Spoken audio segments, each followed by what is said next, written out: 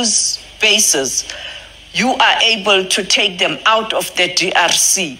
Which route are you going to use? And there was argument that the Goma airport is not in use. It's not in a state where you can land or take off.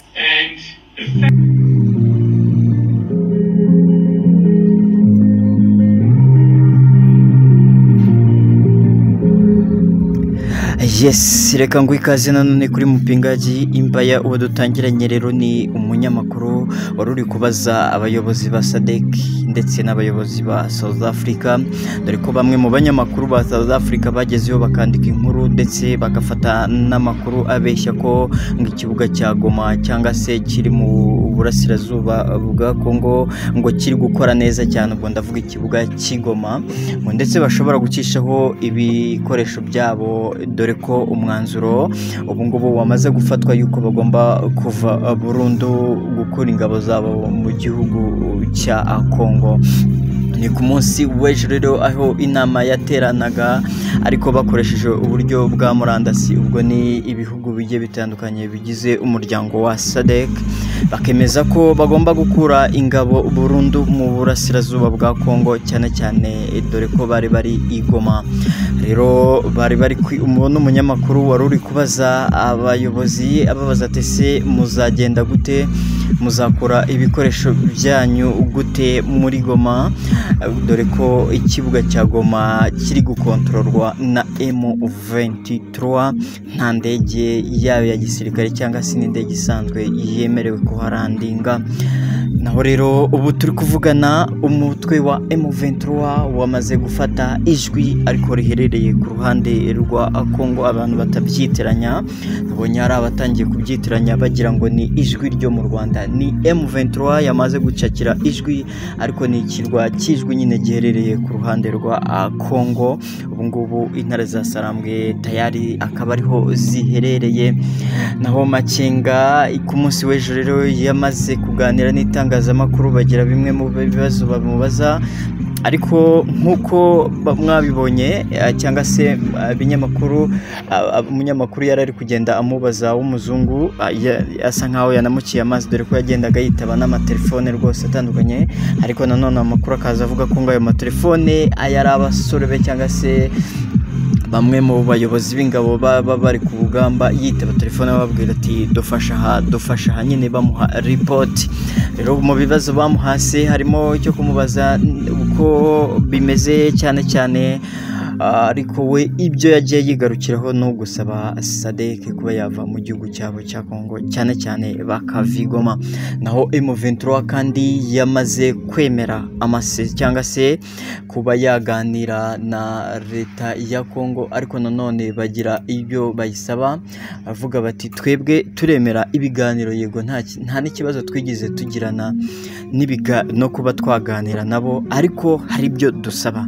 Turasaba Kisekedi kujya ku mugaragaro cyangwa ku karubanda akivuguruza, dore ko yagumye kenshi avuga ko atazagirana ibiganiro natwe, mbese akabyemera, akemera yuko tugomba kuganira nyine, akabibwira abaturage, areke kubabeshya cyangwa se areke kugira ipfunwe ryo kujya ku karubanda, akagira ibyo avuga.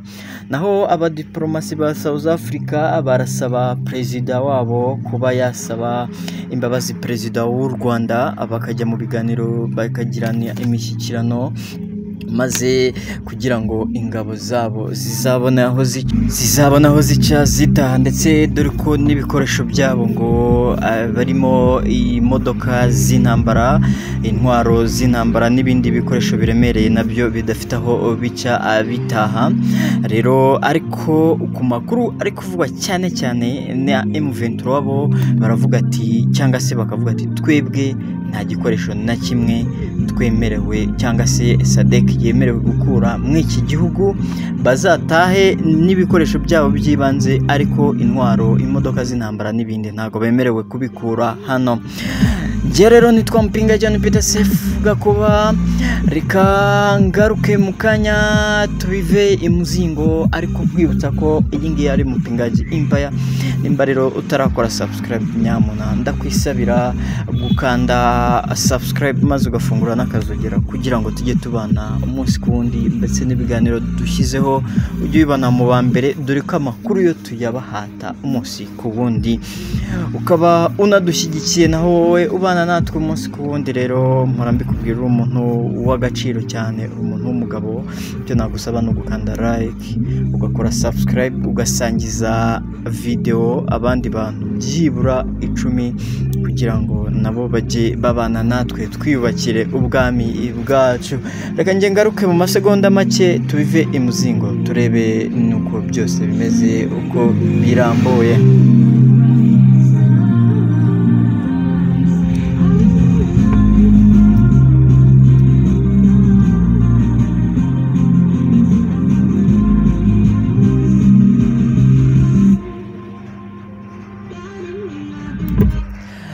Yes, kanguye ikaze nanone. Reka rero tubive muzingo turebe niki Sadek iri kuvuga. Mu makuru ari gucicikana cyane cyane ubu ngubu M23 nkuko nabikubwiye yamaze gufatikirwa kijwi, ubu ngubu akaba bari bo kugikontrola, ariko nanone ntago nabura kukubwira ko uwitwa Kisekedi byamucanze byamukomeranye ku mpande zombi, yaba ku ruhande rw'abayobora, yaba ku ruhande rw'abayobozi bayoborana, ndetse n'imitwe yitwaje intwaro iri mu burasirazuba bwa Kongo, ubwo ndavuga Wazalendo n'abandi bose bamuhindukiye, ndetse n'abaturage ubwabo bari kuvuga bati Kisekedi ni ibiki.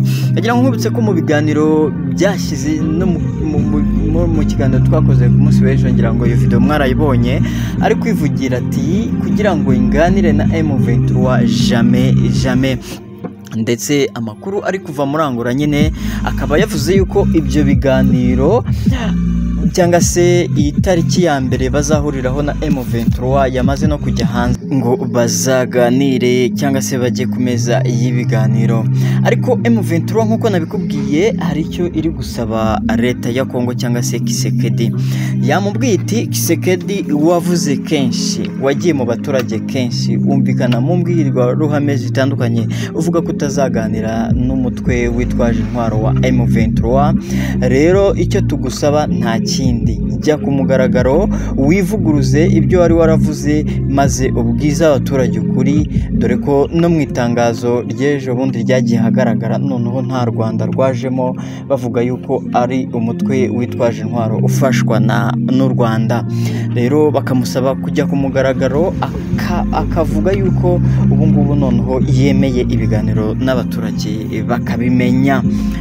Naho rero ibimaze iminsi bivugwa muri Kongo, abasirikare cyangwa se abadiplomasi ba South Africa barasaba perezida wabo kuba yazanye ne akaganira n'u Rwanda, maze bakabona uburyo ibitwaro byabo bizabona aho bica.